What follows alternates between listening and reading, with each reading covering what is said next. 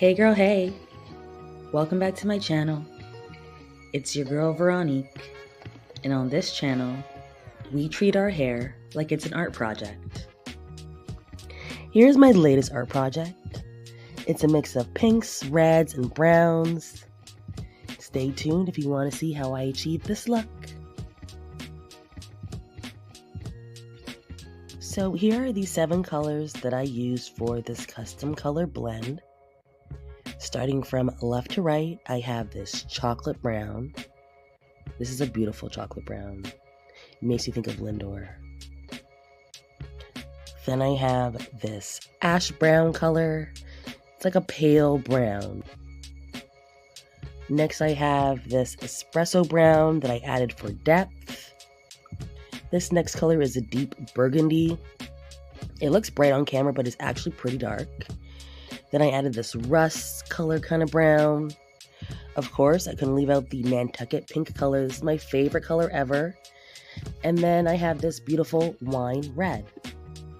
I think this color blend would look good for the autumn season, especially due to the rusts and the reds, and would look really nice on anyone with a warm undertone. So the first colors that I'm going to blend are the espresso, the burgundy, and the chocolate brown. This will be one of the more darker blends that I tend to put towards the top of my hair. I think these 3 colors blended together very seamlessly. It kind of looks like licorice meets chocolate. Super delicious.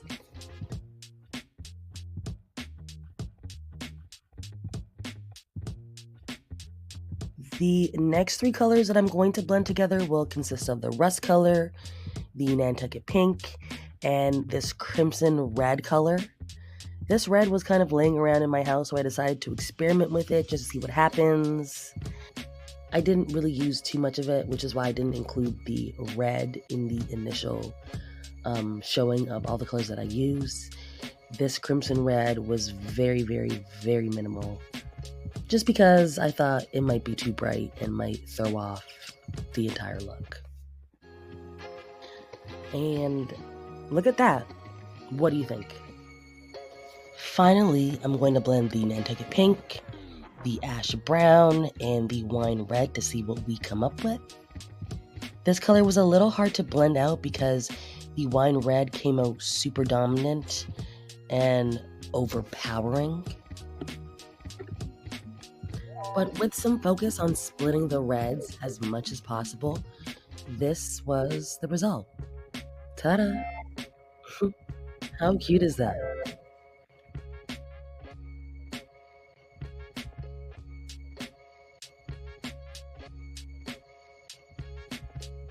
So here are the 6 blends that I created using the 7 colors shown to you at the beginning of this video. Mainly, I used the colors that had the most pink in it. The colors that were the darkest, of course, I placed towards the top of my hair to cover as much dark hair as I possibly could. And then as the color progresses to the base of my head, of course it gets lighter, more pink, more flirty, more fun. Here are some close-up snapshots of the blends in question. Just so you don't miss it, you can really see the dimension, the depth, the highlights, the lowlights. It's just so pretty. I can't wait to try this out.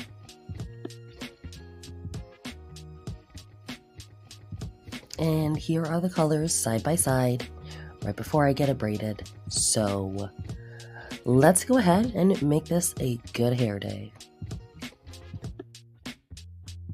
Here is the final result of my latest art project. Let me know what you ladies think. I think this look was a complete success.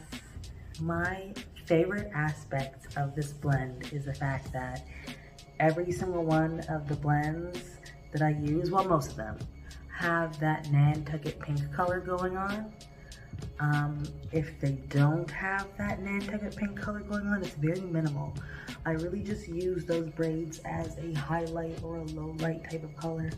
Most of the blends do have this pink color because I'm obsessed with pink. I can't help it. I feel like pink should always be on me somewhere because I'm the girliest girl to ever grow, who ever could girl. Did that make any sense? Absolutely not. But doesn't matter, I'm just a girl.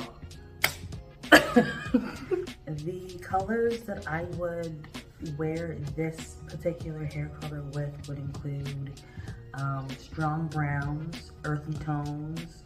I would probably stay away from greens and oranges, but things like chocolate brown, espresso, tan, beiges, of course, black and white.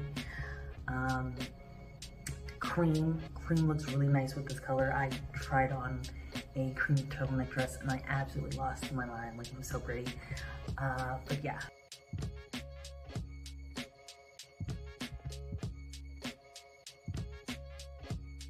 Like a moment for the hair. You're not gonna tell me that I didn't do that, because I did. I did that, and it came out so pretty. If you're interested in seeing any of the looks that I have previously done, I highly recommend that you do so. I made this really pretty turquoise blend that I feel like you should watch, because who wears turquoise braids?